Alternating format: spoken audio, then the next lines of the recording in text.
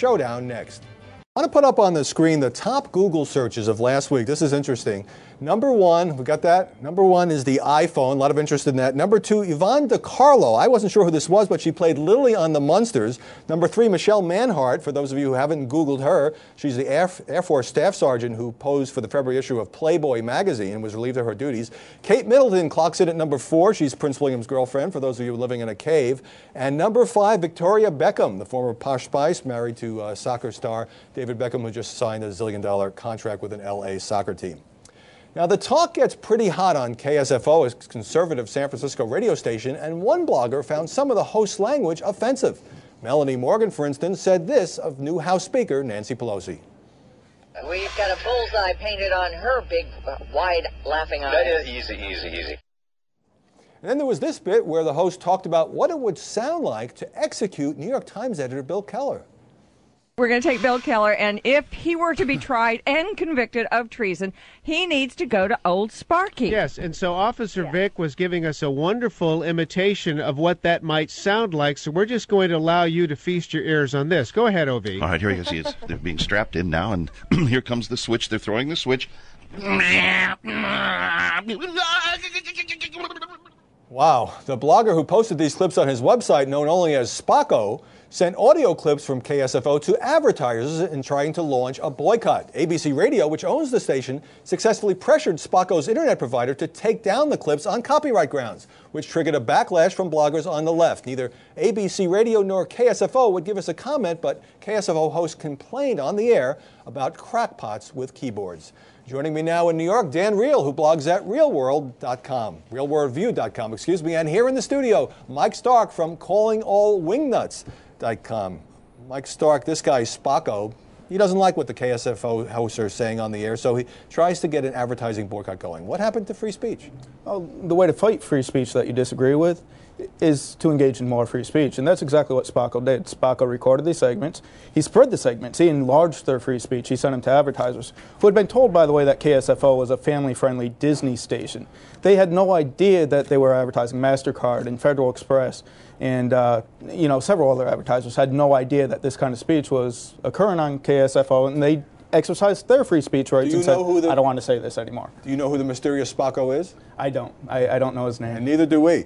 Dan Reel, when a blogger sends audio clips from a radio station around, I mean, you are technically ripping off the station's product, right? Yeah, I think there certainly are legitimate elements of fair use here, although in this case I think it's a little bit more of unfair misuse because I think things were blown out of proportion or misrepresented. But yes, I mean, we do take clips from radio shows and so forth. Mike Stark, I'm not defending some of these outrageous comments on KSFO, but when Melanie Morgan, one of the hosts there, describes Barack Obama as a Half-African, meaning he's only a half a minority, black father, white mother, isn't that obviously intended as a satire? It's funny because I don't believe you've even brought up the most egregious clips. Lee Rogers called for the killing of millions of Muslims in Indonesia if they didn't bend to our will. We've got troops in theater in the Middle East right now, in Muslim lands, and Lee Rogers is calling for the killing of, essentially the genocide of Indonesian Muslims. Other Muslims are going to take up the cause. They're going to join that battle, and it's endangering our troops. Other Muslims are going to take up the cause and join the battle because of what somebody said on a radio station? Because of the entire psyche of the United States, which is essentially set by our media. They see our media goes worldwide, and when Lee Rogers says that, it expounds to, the president saying things like that Democrats don't support the war on terror, that we're supporting the terrorists. All right, but radio hosts are opinionated. Let me go to Dan Reel. Look, KSFO is a major station. None of this is a secret. Don't advertisers know what they're getting into when they buy time on that station? Yeah, I think they do, and I find this silly. I mean, in essence, the clip he's talking about, I believe what was said is that there were a lot of terrorists in Indonesia, and if they don't knock it off, we'll wind up in a war and we'll end up killing millions of them. That's a far cry from the way Mike is representing it. That's his typical tactic. It's my understanding just last week, Don Imus and Mike Barnacle did an entire bit on hanging Vice President Dick Cheney. We had a movie released last year that the basic premise was the hypothetical assassination of the sitting president of the United States.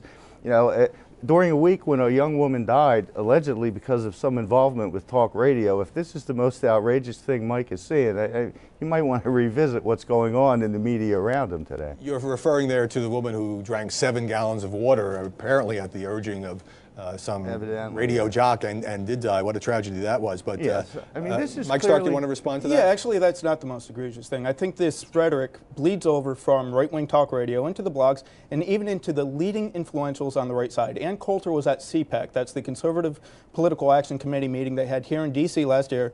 She said, ragheads talk tough, ragheads face consequences. Who else attended that? Dick Cheney, Mitch McConnell, John Fund, John Cornyn. I don't want to get into too much of a tangent about the impact of right-wing talk radio, but you seem to have a problem with the First Amendment. I mean, some of this thing you and I may think is the most offensive stuff in the world. We can always turn it off. I am the champion of the First Amendment. I want their speech to be known by everybody because you know what? These people marginalize themselves.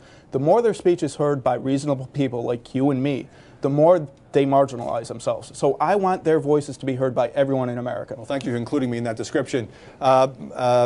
Dan Riel, what about ABC Radio, which reacts to this blogger Spacco, who starts this boycott campaign by going to his internet service provider and getting these clips taken down? Isn't that a little heavy-handed? Well, I thought it was a little heavy-handed, but I need to say one thing, okay? I'm not here to push my blog, but I have a picture on it right now of Mike sneaking into camera view on a national network, holding a banner, which is probably one of the most obnoxious, distasteful things you've seen. He's not exactly the person who should be making judgments about what's outrageous in media today. That said, yes, I think if I were ABC, knowing what I know about Mike Stark, I would have sent him a hat with the funny ears and let him wear it around the house and just let him shine them on, frankly.